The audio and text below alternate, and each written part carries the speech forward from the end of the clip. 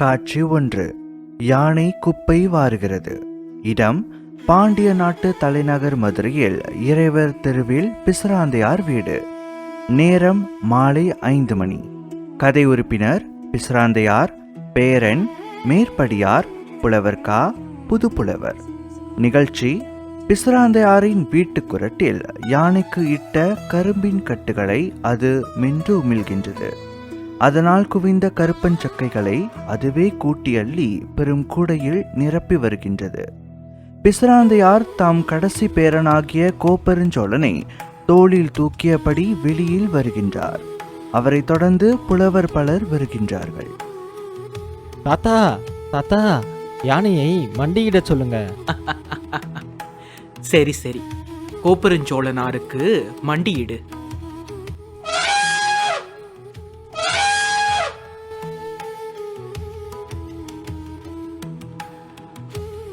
ஏறுவோர் கோப்பெருஞ்சோழனார், ஏவுவோர் ஆந்தையார்.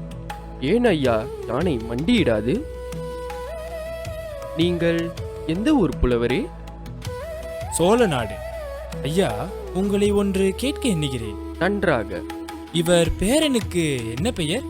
கோப்பெருஞ்சோழன். அது புனைப்பெயர்தான். இயற்பெயரோ முருகு. கோப்பெருஞ்சோழன் என்று தம் பேரனுக்கு புனைப்பெயரிட்டது உங்களுக்கு வியப்பாக இருக்குமே. ஆம் ஐயா. சோழ நாட்டு வேந்தர் கோப்பெருஞ்சோழனார் இவர்களுக்கு நெருங்கிய நண்பர். அடிக்கடி அவரை இவர் நெருங்குவதுண்டோ? உடல் நெருக்கமில்லை, உள்ளத்தில் நெருக்கம்தான். நானும் சோழவேந்தர் அவையில் இருந்தவன். இவரை அங்கு ஒரு முறை கூட கண்டதில்லையே. கண்டிருக்க முடியாது. நட்பின் இலக்கணம் உணர்ச்சி பழகுதல் மட்டுமா? இல்லை இல்லை, உணர்ச்சிதான் நட்பாங்கிழமை தரும். இவரின் உள்ள கோயிலில் என்றும் நிலையாக எழுந்தருளி இருப்பவர் கோப்பெருஞ்சோழர் தான். இதுவரைக்கும் கோப்பெருஞ்சோழரை நான் காணும் வாய்ப்பு பெறவே இல்லை. அவரை நான் என்றும் மறவாமல் நினைவில் வைப்பதற்கு காரணமும் அதுதான் என்று எண்ணுகிறேன்.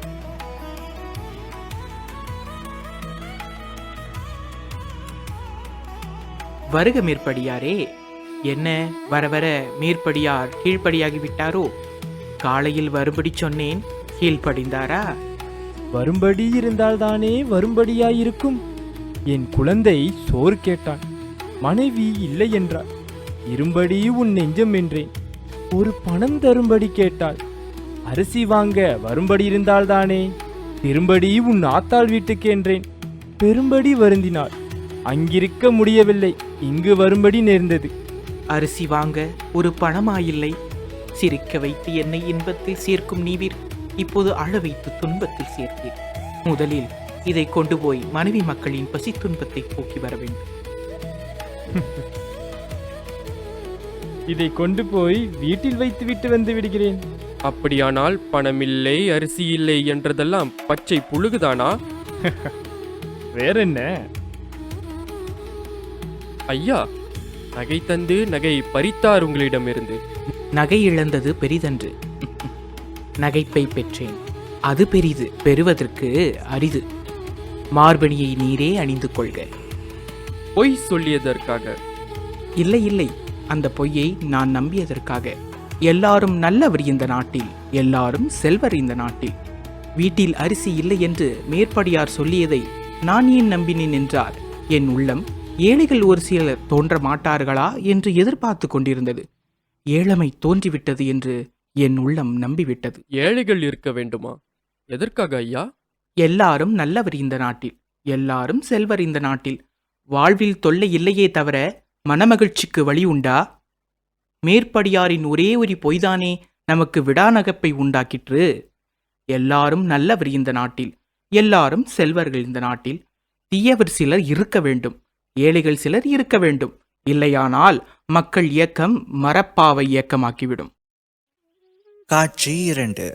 வேலமரம் பந்து ஆலமரம் அம்மானைக்காய். இடம் பாண்டிய நாட்டு தலைநகராகிய மதுரையில் அரண்மனை நிலாமுற்றம். நேரம் முன்னிரவு. கதை உறுப்பினர் பாண்டியன் அறிவுடை நம்பி, அரசி, பிறர்.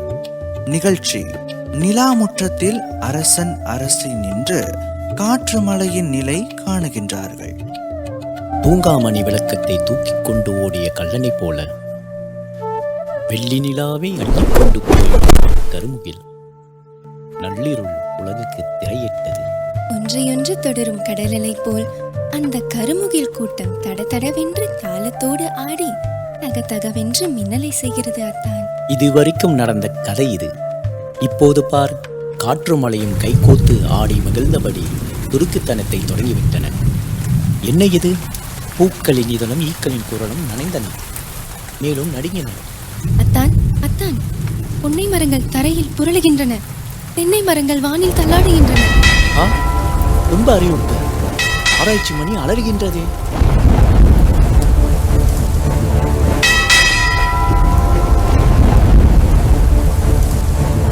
உன் அறைக்கு ஓடிவிடு கண்ணே. நீங்கள் போக வேண்டாம். வேறு ஆட்களை அனுப்பலாமே. எதற்குமா? நீங்கள் தானா போக வேண்டும்? உங்களுக்கு ஏதும் நேர்ந்து விட்டால்? மக்களுக்கு என்ன நேர்ந்தாலும் நேரட்டும், எனக்கு மட்டும் ஒன்றும் நேர்ந்திடக்கூடாது. அதுதானே உன் குறுகிய நோக்கம். தீமை வந்தபோது காட்டிக் கொடுக்கும் தீயவனானான். காற்றென்றும் மழையென்றும் வந்த கருங்கூற்றின் உடலை என் வாழ் இருக்கூறாக்க வேண்டும், அல்லது அக்கூற்று என் தலையை சுக்குநூறாக்க வேண்டும்.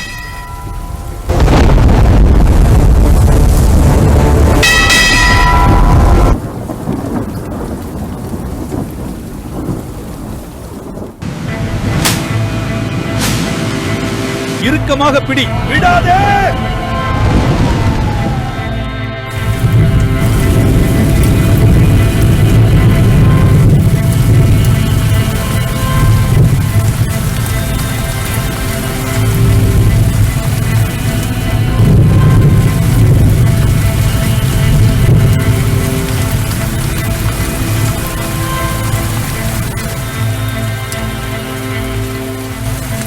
நீங்களா?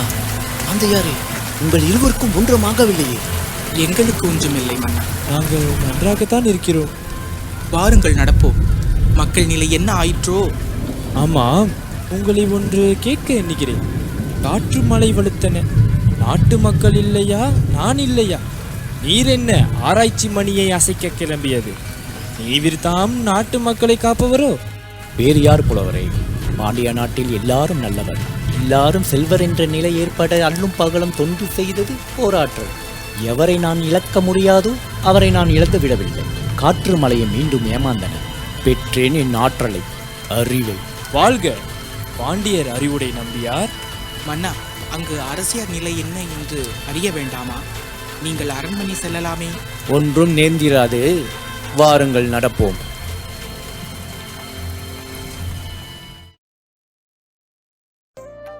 காட்சி 3. பெட்டியில் பெண்ணுடல். இடம் பாண்டிய நாட்டின் தலைநகராகிய மதுரையை அடுத்த சிற்றூரில் ஒரு தோப்பு. நேரம் விடியும் முன். கதை உறுப்பினர் பாண்டியன் அறிவுடை நம்பி, பிஸ்ராந்தையார், மேற்படியார், உடையப்பன், அவன் மனைவி ஓடைப்பூ. நிகழ்ச்சி: உடையப்பன் தோப்புக்குட்டையில் வலை போடுவதும் அதில் மீன் ஒன்றும் அகப்படாமை கண்டு மீண்டும் வலை போடுவதுமாயிருக்கிறான். அவனை தேடிக்கொண்டு ஓடைப்பூ வருகின்றாள். கணவனை பார்த்தவுடன் அவளுக்கு அளவற்ற மகிழ்ச்சி உண்டாகிறது. இதையெல்லாம் வீழ்ந்து கிடக்கும் மரம் மட்டைகளில் ஒளிந்து கொண்டு பாண்டியன், பிஸ்ராந்தையார், மேற்படியார் மூவரும் பார்த்து கொண்டிருக்கிறார்கள். கண்ணுக்கு கண்ணான மாமாடி, இந்த காற்று மலைக்கு தப்பினியே மாமாடி. என்னை விட்டு போயிருந்தால் மாமாடி, நீ பிறப்பாயோ இன்னொரு கால் மாமாடி. அப்படியா?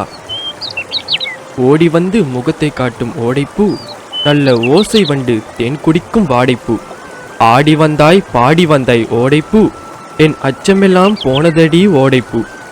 காற்று மலை என்னை தூக்கி போடாதா? இந்த கன்னிமணம் உன்னை எங்கும் தேடாதா? சேற்று குளத்தில் பிடித்த மீனும் போதாதா? நீ திரும்ப வலை வீசுவதும் இப்போதா? 10,000 தடவை வலை போட்டேனே, அதில் பட்டதுண்டா ஒரு கெண்டை? செத்தேனே செத்தாலும் நான் இங்கே சாவின் கண்ணாட்டி. ஒரு சின்ன மீனாவது பிடிக்க வேணுமடி. இன்னும் மாமா, இரவு சாப்பிடவில்லை, இதுவரைக்கும் மீன் படவில்லையே. உனக்கு வரவோ கொஞ்சமும் மனமில்லை. நான் வாழவில்லை மாமா, வாழவில்லை. நினைத்தது முடிக்கும் நெஞ்சழுத்தம் வேண்டும். இனிப்பு பண்டத்துக்கு அழும் இளங்குழந்தையா நீ? மீன் பிடிப்பது, வீட்டுக்கு வருவது, நான் பிடித்த உறுதி இது. இந்நேரம் வரைக்கும் ஒரு மீன் கிடைக்கவில்லை. இப்படி நடந்ததே இல்லை. இதில் காற்று ஒரு தொல்லை, மழை ஒரு தொல்லை. கேள் என் சொல்லை. தமிழுக்கு வேண்டியது உறுதி, தவறுவது வாழ்வின் இறுதி. உனக்காக இன்னும் 3 தரம் வலை வீசுவேன். அந்த 3 தரமும் ஒரு மீனாவது கிடைக்கவில்லையானால் இதே குட்டைக்கரையில் நான் உயிர் விடுவேன். ஐயோ ஐயோ, என் வாழ்வு என்ன ஆவது மாமா? கொண்டை நிறைய பூ வைத்துக் கொள்வதில் உனக்கு விருப்பம் இல்லையா? நெற்றி நிறைய பொட்டிட்டுக் கொள்வதில் உனக்கு விருப்பம் இல்லையா? ஒரு மீன், ஒரே மீன் அகப்படட்டுமே. என் வாழ்வையும் சாவையும் ஒரு மீனா கணக்கிடுவது இது சரியா? இதுதான் சரி. மீன்களே, என் மாமாவின் வலையில் வந்து சிக்கி விடுங்களே. என் வாழ்வு நிலைக்க வழிவிடுங்கள். நாங்கள் இன்னும் குழந்தை பேரு கூட பெற்று மகிழவில்லை. நீங்கள் விழவில்லை என்றால் என் மாமன் சாவது உறுதி. ஆதலால் எனக்கு வாழ்வு கொடுங்கள், உங்களை மன்றாடுகிறேன்.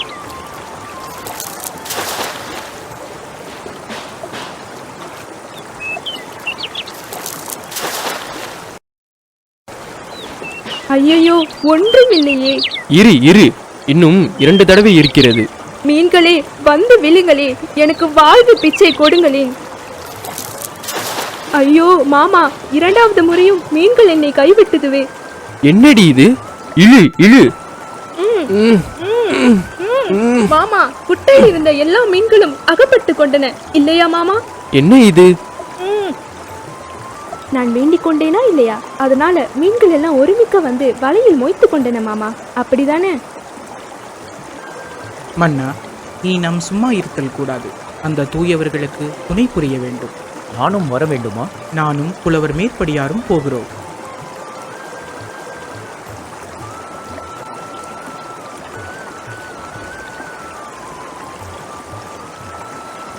ஐயா, கொஞ்சம் எனக்கு உதவி செய்ய வேண்டும். கிடைப்பதில் எங்களுக்கு பாதி. ஆகட்டும்.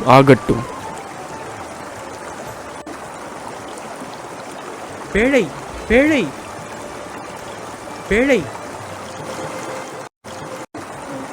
ஐயையோ, மீன் இல்லையா? மீனும் உண்டு, உனக்கு வாழ்வும் உண்டு மகளே.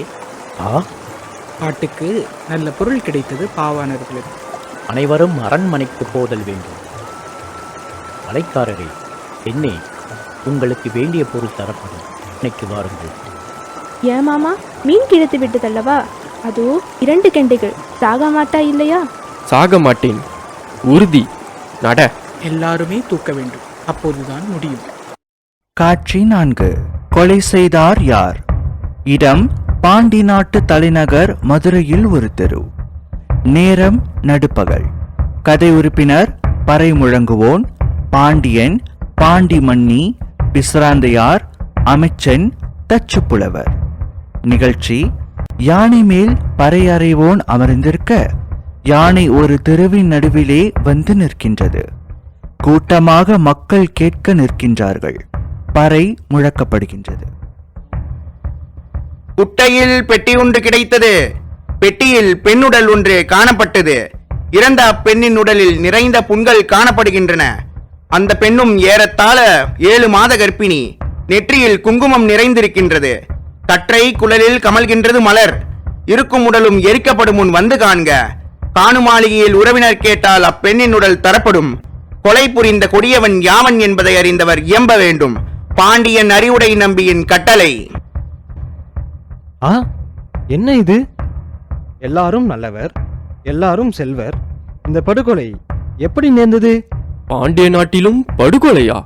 அரையோடை நம்பி ஆட்சியின் வீழ்ச்சி இது. அறமே புரிந்தனர் அனைவரும் என்றாய். பாவம் புரிபவரை இல்லை என பகர்ந்தாய். பொய்யுரைப்பவர் பொல்லாங்கிழைப்பவர் இந்த நாட்டில் இல்லை என்று அடிக்கடி என்னிடம் அறிவித்தாயே. திடுக்கிடத்தக்க படுகொலை செய்தி உலகம் கேட்டால் கான்றுமிலாதா? அழகாயிருந்ததே அமைச்சர் கண்காணிப்பு. ஏசலும் பூசலும் இருந்த உலகுக்கே ஆசாரம் கற்பித்த இந்த அரண்மனை பிள்ளைத்தாட்சியின் பிணத்தையும் காண்பதா? கண்டது கண்டவாறு கலர வேண்டும். பொய்யுரைக்காதீர், பொய்யுரைக்காதீர். என்ன சொல்கின்றார்கள் என் நாட்டு மக்கள்? அன்னைமார்கள் அலறுகின்றாரா? என்ற நாச்சியை இகழவில்லையா? பண்பில்லா பாண்டியன் பாழாய்ப்போ என மண்ணை வாரி இறக்கின்றாரா? ஒன்றையேனும் ஒழித்தால் என்னை தின்றவராவீர். செப்புவீர் நிலைமையை. நல்லவர் நிறைந்த நாட்டிலே ஒரு பொல்லாதவனும் இருந்தான் அன்றோ? ஐயோ!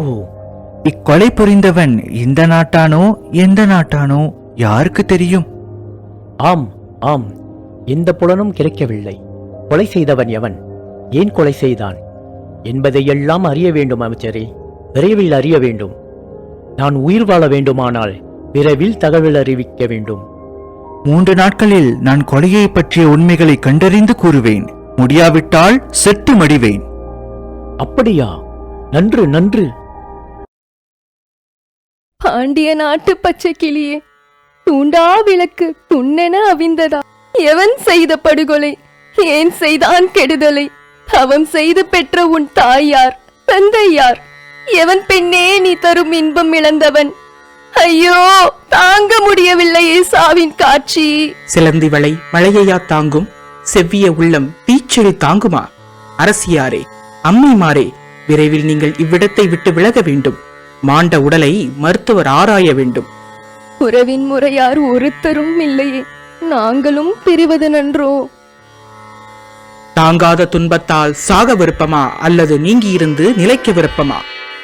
உடல் அழுகிவிட்டது, இன்னும் வைத்திருப்பது கூடாது. மேலும் வயிற்றுக்குள் இருந்த குழந்தையும் செத்துவிட்டது, அதையும் எடுக்க வேண்டும். தச்சு புழுவரை கொண்டு இப்பிணம் போல் அச்செடுக்க செய்ய வேண்டும்.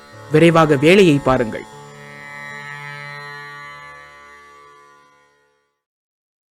காட்சி 5. உயிர் பிச்சை. இடம் பாண்டிய நாட்டின் தலைநகரான மதுரையில் ஒரு தெரு. நேரம் காலை. கதை உறுப்பினர் பறையறைவோன், ஊர் மக்கள், அமைச்சன் மனைவியான அனிச்சை, தோழிமார். நிகழ்ச்சி பறை முழக்கத்துடன் யானை வந்து நிற்கின்றது. ஊர் மக்கள் சூழ்ந்து கேட்கின்றார்கள். இந்நேரம் வரைக்கும் தகவல் இல்லை. இறந்த மங்கையின் உறவினர் யாவர், கொம்பனை யாழை கொன்றவன் யாவன் என்ற தகவல் கிடைக்க வேண்டும். இன்று மாலை 4 மணிக்குள் தகவல் ஒன்றுமே தெரியாவிட்டால் அமைச்சர் அரண்மனைக்கு எதிர்வெளி அரங்கில் தூக்கிலிட்டு தொலைக்கப்படுவார். அரசரிட்ட கட்டளை அறிக. உங்கள் அமைச்சராம் என் கணவர் சாகின்றார் தந்தைமாரே, உண்மை உரைத்திடுக. பெண் கொலை புரிந்தவர்கள் அன்னைமாரே, அங்கம் நடுங்கிடுதே. அவர் இறந்தால் நான் வாழேன் தந்தைமாரே. அமைச்சர் இறக்கும் முன்னே அறிவிப்பீர் உண்மையினை அன்னைமாரே. உயிர் பிச்சை கேட்கின்றேன், உண்மை உரைத்திடுக தந்தைமாரே. உண்மை தெரிந்தவர்கள் உரைக்காதிருப்பதுண்டோ அன்னைமாரே? தாயக்கம் சரியாமோ தாய் நாட்டின் பேர் காக்க தந்தைமாரே. தாண்டாதீர் நல்லறத்தை பாண்டியனார் ஆட்சியிலே அன்னைமாரே. ஐயோ, கருவினை தாங்கிய திருவுடை பெண்ணால் கொலை செய்யப்பட்டால் குளத்தில் பெட்டியில் கிடைத்த அவ்வுடல் திடுக்கிட வைத்ததே.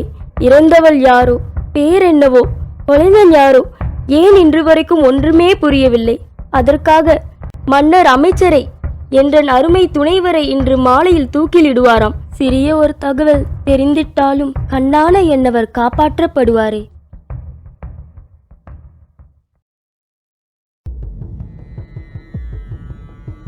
மேலுக்கு அமைதி, உட்புறம் குமுறல், தெருவில் நடிப்பு, திரைமறைவில் கொலைக்கான சூழ்ச்சிகள், அடுக்களையில் அமிழ்தின் தோற்றம், அகப்பை நிறைய நஞ்சி.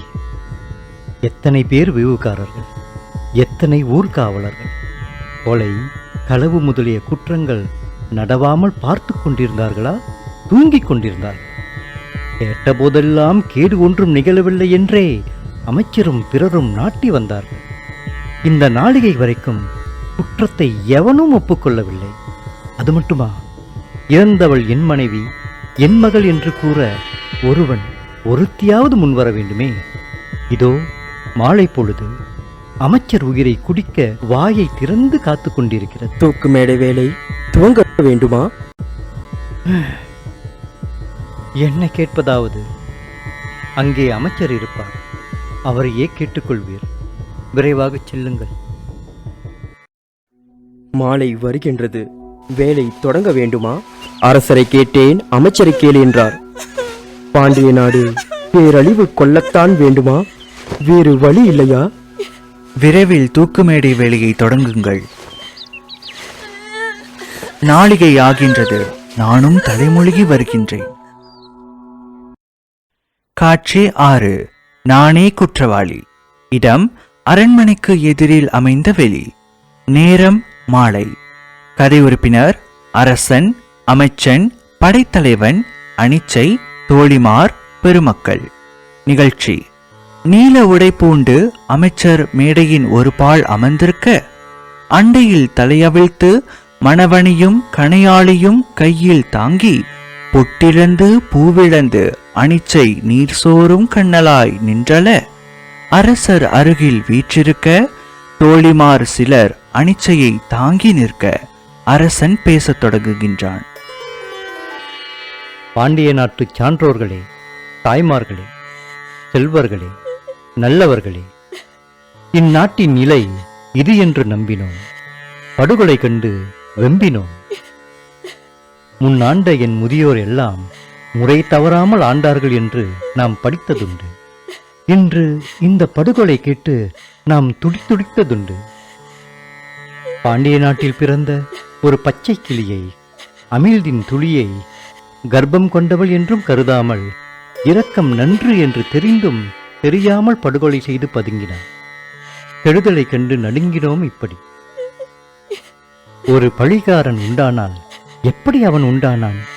அறம் இப்படி மாய்ந்ததற்கும் அன்பு இப்படி சாய்ந்ததற்கும் ஏது இந்த நாட்டில் வாய்ப்பு? இதுதானா நம் கண்காணிப்பு? அறம் கோணாதிருக்க வேண்டியதோர் இருப்பு, மரம் தோன்றாதிருக்க வேண்டியதோர் இருப்பு. அமைச்சர் பொறுப்பு. 3 நாளில் கொலை பற்றிய உளவை கண்டுபிடித்து விடுகிறேன் என்றார் அமைச்சர். அவ்வாறு கண்டுபிடிக்க தவறினால் தூக்கில் ஏறுகின்றேன் என்றார். அப்படியே இதோ நின்றார். இப்போதும் அவரை காக்கலாம். கொலை புரிந்தவன் கூறிவிட வேண்டும். வேறென்ன வேண்டும்? அமைச்சர் சாகப் போகிறார். நம்மை விட்டு போகப் போகிறார். அமைச்சர் அருகில் பாருங்கள். அந்த அம்மையாரின் நன்மையை கோருங்கள். அமைச்சர் இறப்பார். அம்மையார் உயிர் துறப்பார். 2 சாவுகளை காக்கும் நான் கொன்றேன் என்று ஒரே சொல். உண்மை கூற விருப்பமில்லையா?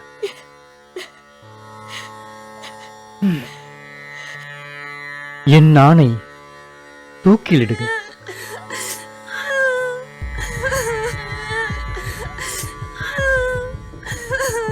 நான் தான் கொலை செய்தேன். அமைச்சரை கொல்ல வேண்டாம்.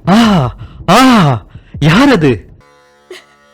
தவிப்பு நிலையில் விழிப்பு ஒளி மேடைக்கு வர வேண்டும். நான் தான் கொலை செய்தேன். என்னை தூக்கிலிடும்படி அரசரை வேண்டிக் கொள்கிறேன்.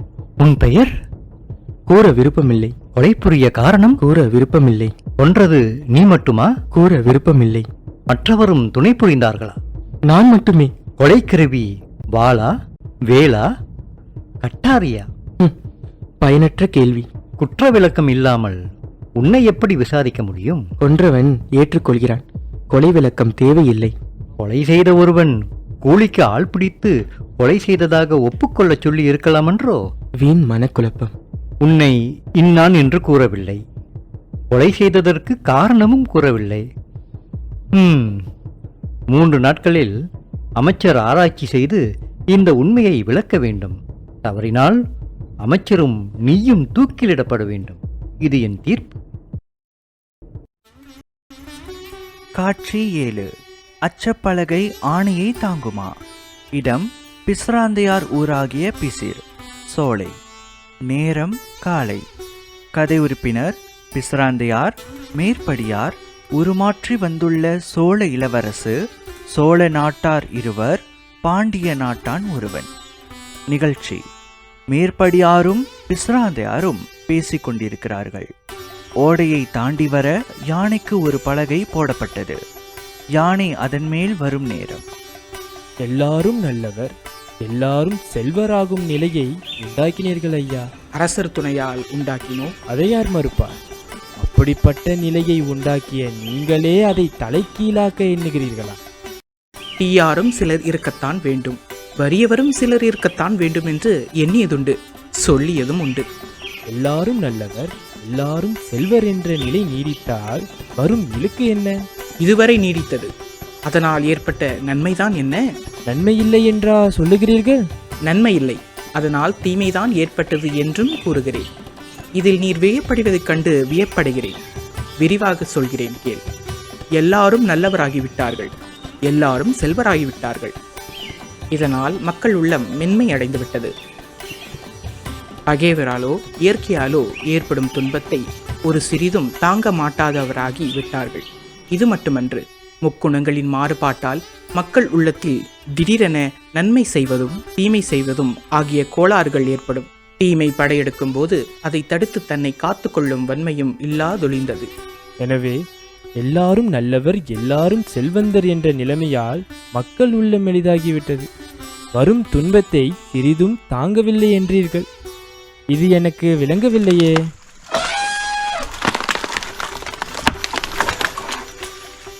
அச்சப்பலகை யானையை தாங்கவில்லை மேற்படியாரே.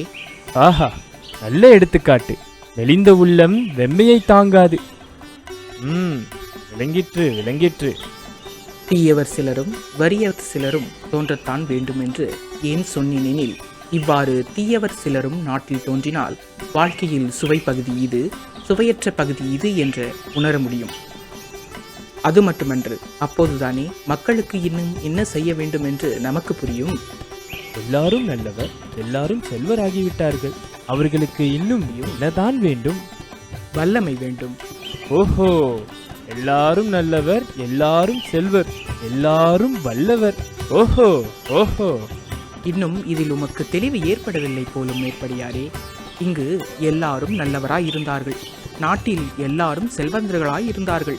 ஒரு தீயவன் உண்டானான், அவன் கொலை செய்தான். நாடே நடுங்கி அழுந்தது. தீமை விளைவித்த யானையை அவர்களின் அச்ச உள்ளம் தாங்கவில்லை.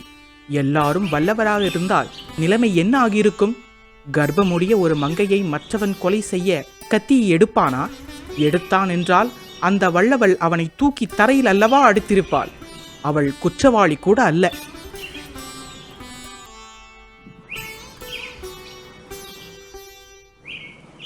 வணக்கம் ஐயா.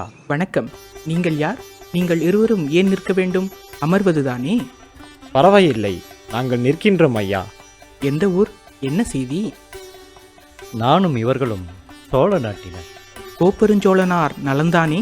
மங்காத மகிழ்ச்சியுடன் தன் கடமை செய்து வருகின்றாரா? அது பற்றிதான் புலவரிடம் சொல்ல வந்தேன். இங்கு இறந்த பெண்ணின் வழக்கு நடந்து கொண்டிருக்கிறதல்லவா? கொலைக்காரனை இன்று தூக்கிலிடப் போகிறார்கள். உண்மை கொலையாளி சோழ நாட்டார். இன்று சோழ மன்னர் ஆட்சி கொள்ளையர்களையும் கொலைக்காரர்களையுமே உண்டாக்கி வருகின்றது. சோழ நாட்டில் வறுமை தாண்டவம் ஆடுகின்றது. பாண்டிய நாட்டிற்கும் சோழ நாட்டிற்கும் போர் மூண்டாலும் நாம் வியப்படைவதற்கில்லை. எல்லாரும் நல்லவர், எல்லாரும் செல்வர் என்ற நிலையில் வைக்கப்பட்டிருக்கும் பாண்டிய நாட்டில் சோழ நாட்டான் புகுந்து நிலை கலக்கினான் என்றால் இரு நாடுகளுக்கிடையில் அமைதி வாழப்போகிறதா என்ன? இந்த நிலையில் சோழ நாட்டான் பாண்டிய நாட்டில் நடத்தியுள்ள இந்த கொலையை சோழ மன்னன் காதில் போட்டோம். மன்னர் வருந்தவில்லை, நாணவில்லை. அதற்கு மாறாக பாண்டிய நாட்டு நிலையை அவர் தாழ்வுபடுத்தி பேசினார். கற்பிழந்த பெண்டீர் வாழும் நாடு பாண்டிய நாடு என்று கூறி மகிழ்கின்றார். இந்த தீய உள்ளத்தை நாட்டு மக்கள் அறிந்து வருந்துகிறார்கள். மன்னர் இந்த நிலையை அடைவதற்கு காரணம் அவரின் முதுமையே என்று முடிவு செய்கிறார்கள். மகனிடம் ஆட்சி பொறுப்பை ஒப்படைக்க வேண்டும் என்கிறார்கள். அரசர் காது கொடுக்கவில்லை. ஆட்சி கட்டிலில் ஒட்டி கொண்டிருக்கவே அவர் ஆசைப்படுகின்றார். அப்படியா? இதற்கென்ன செய்யலாம்? சொல்லுங்கள். புலவர் சோழ நாட்டுக்கு வர வேண்டும். சோழவேந்தருக்கு அறிவுரை கூற வேண்டும். நாடு நல்ல வண்ணம் இருக்க வேண்டுமானால் அரசர் விரைவில் ஆட்சியை மகனிடம் ஒப்படைக்க வேண்டும். புலவரே, உங்கள் சொல்லுக்கு சோழ மன்னர் மதிப்பு வைத்திருக்கின்றார். இதை நீங்கள் செய்ய வேண்டும். சோழ நாட்டை காப்பாற்ற வேண்டும். இன்று அமைச்சரை தூக்கிலிடாமல் காக்க வேண்டியதும் உங்கள் பொறுப்பு.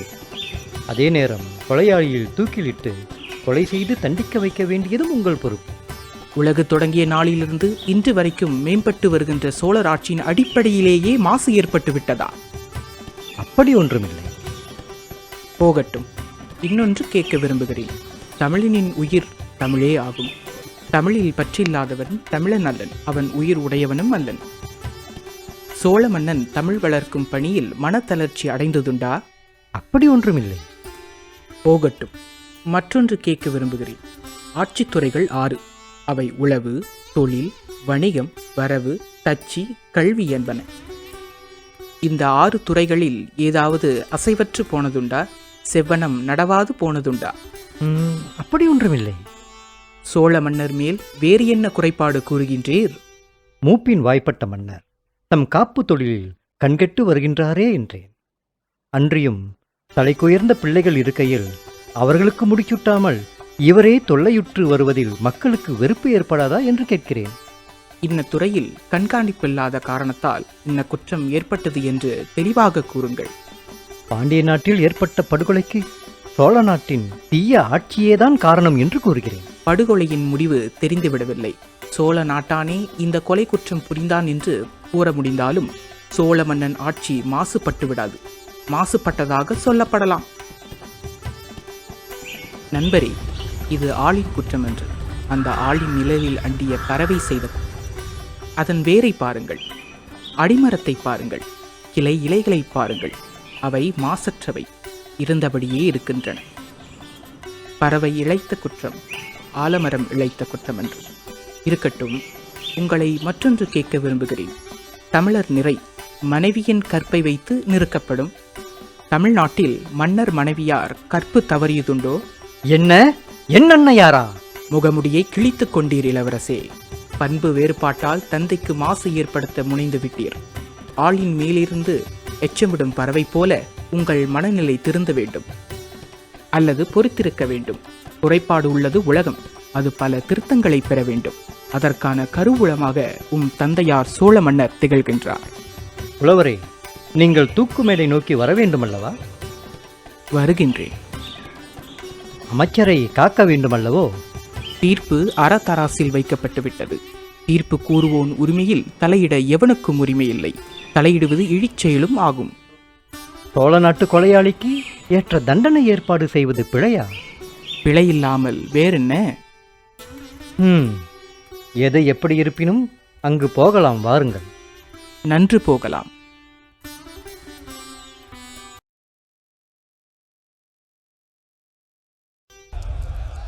காட்சி 8. நானே கொலை செய்தேன். இடம் தூக்கு மேடை. நேரம் தூக்கிலிடும் நேரம். கதை உறுப்பினர் அமைச்சன், அரசன், கொலையாளி, பிஸ்ராந்தையார், மேற்படியார், பெருமக்கள், அமைச்சர் மனைவி, அனிச்சை. நிகழ்ச்சி: துன்பக்கேணியில் அனைவரும் ஆழ்ந்து கிடக்கின்றார்கள். என்ன தீர்ப்பு என்று ஆவல் கொள்ளுகிறார்கள். பெருமக்களே, படுகொலை புரிந்ததாக கூறினார். கடுகளவு காரணமும் கூற மறுத்தார். இந்த படுகொலையின் உட்புறத்தில் கெடுதல் உள்ளங்கள் 1000 இருக்கும். அவைகளை கண்டறிந்தால் களைகளை அடியோடு வெட்டியதால் நாடு மாசு நீங்கும். உள்ளவை வெளிப்படுத்துவேன் என்ற அமைச்சர் அவ்வாறு செய்யவில்லை. கடன்பட்டவர் அக்கடனை கழிக்கவில்லை. தண்டனைக்காக காத்து கொண்டிருக்கிறார். கொலை காரணம் தெரிந்தவர்கள் இங்கிருந்தால் காரணத்தை கூறி அமைச்சரை காக்கலாம். இல்லையே அவருக்கு தூக்கு உறுதி. நானே கொலை செய்தேன். என்னை தூக்கில் எடுங்க. நீரோ கொலை செய்தீர்? ஏன் கொலை செய்தீர்? உமக்கும் இறந்த மங்கைக்கும் என்ன தொடர்பு? பொதுநலங்கருதி எல்லாவற்றையும் விளக்க வேண்டும். பொதுநலங்கருதி எதையும் கூற விரும்பவில்லை. இப்படி கூறினால் உம்மை எப்படி தண்டிப்பது? முன்னர் அவர் சொன்னார், நானே கொலை செய்தேன். இந்நாள் நீர் சொல்கின்றேன், நானே கொலை செய்தேன் என்று. இதுபோல் இன்னமும் இருக்கக்கூடுமே. எதிர்வந்த சொல்லிலும் பொய்மை இருக்கக்கூடுமே. உண்மை விளக்கமாக வேண்டாமா? இப்படியெல்லாம் நீண்டு கொண்டு போனால் நாம் அமைச்சரை அல்லவா இலக்க நேரிடுகின்றது. அறுதியிட்டு கூறுகிறேன், அமைச்சருக்கு ஒன்றானால் அரசர் வாழ மாட்டார். அரசருக்கு ஒன்றானால் நான் உயிர் வாழேன். இதோ செத்து கொண்டிருக்கிறார்கள் அன்னை அனைச்சியார். அன்பரே, திரையை விளக்குங்கள். நடந்ததை நீங்கள் கண்டன அப்படியே சொல்லுங்கள். நாடகத்துள் நாடகத்தை மக்கள் ஆவலாய் எதிர்பார்க்கின்றார்கள். நான் மட்டும் நடந்ததை கூற முற்பட்டால் கதை வரிசைப்பட்டு வராது. இதோ இவரும் ஒத்துழைக்க வேண்டும்.